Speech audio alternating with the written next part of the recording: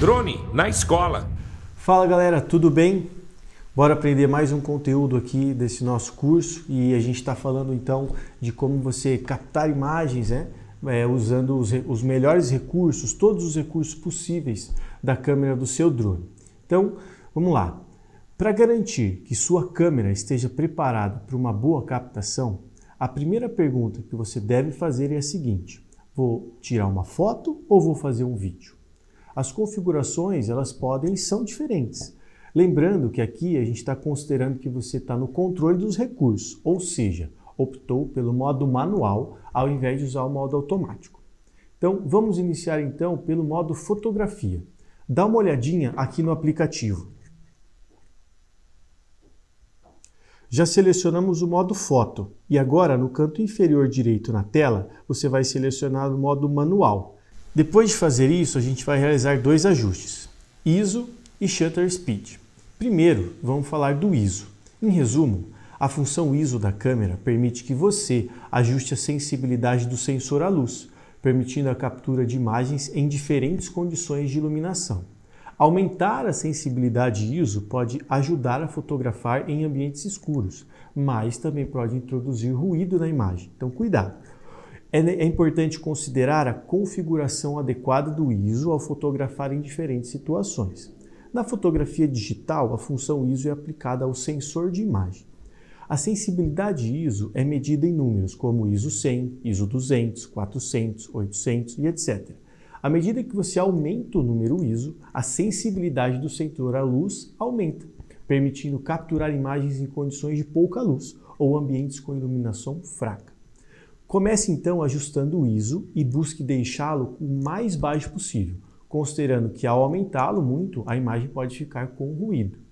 Se estiver desajustado, a sua imagem pode ficar com aqueles granulados. Legal! Agora que ajustamos o ISO, vamos entender como ajustar a velocidade do obturador. A função desse recurso em uma câmera é controlar a duração que o obturador permanece aberto, permitindo a passagem de luz para o sensor da imagem. Imagina que o obturador é uma espécie de cortina que fica na frente do sensor da câmera e se abre quando você pressiona o botão de disparo. Quando o obturador está aberto, a luz atinge o sensor e captura a imagem.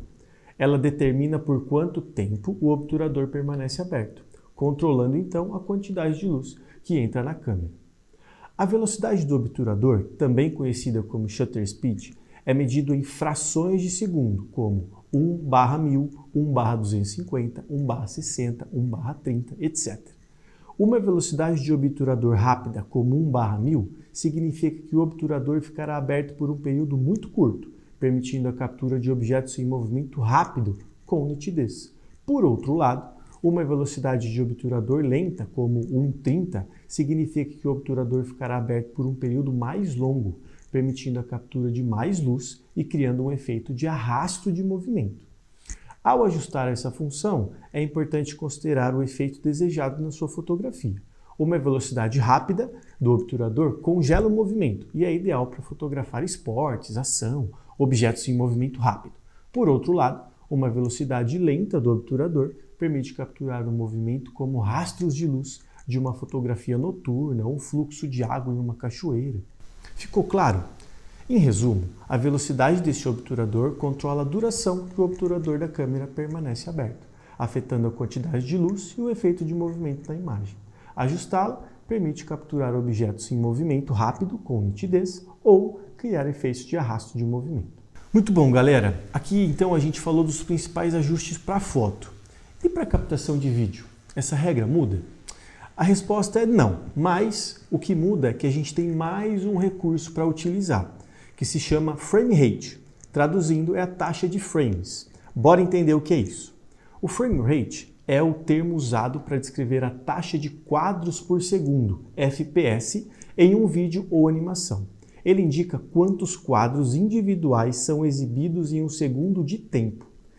Cada quadro é uma imagem estática que, quando reproduzida em rápida sucessão, cria a ilusão de movimento fluido para o olho humano. O frame rate é uma medida da suavidade e fluidez da reprodução de um vídeo. Quanto maior for o número de quadros por segundo, mais suave será a sua reprodução, pois o movimento será capturado com mais detalhes e menos lacunas entre os quadros, entendeu?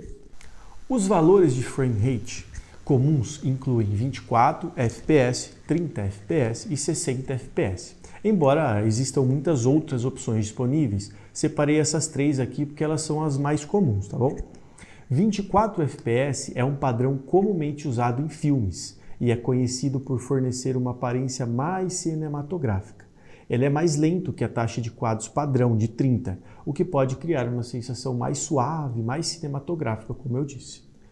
O FPS 30 é o padrão comumente usado em muitos vídeos, incluindo transmissões de TV, vídeos online, inclusive esses que a gente está gravando aqui.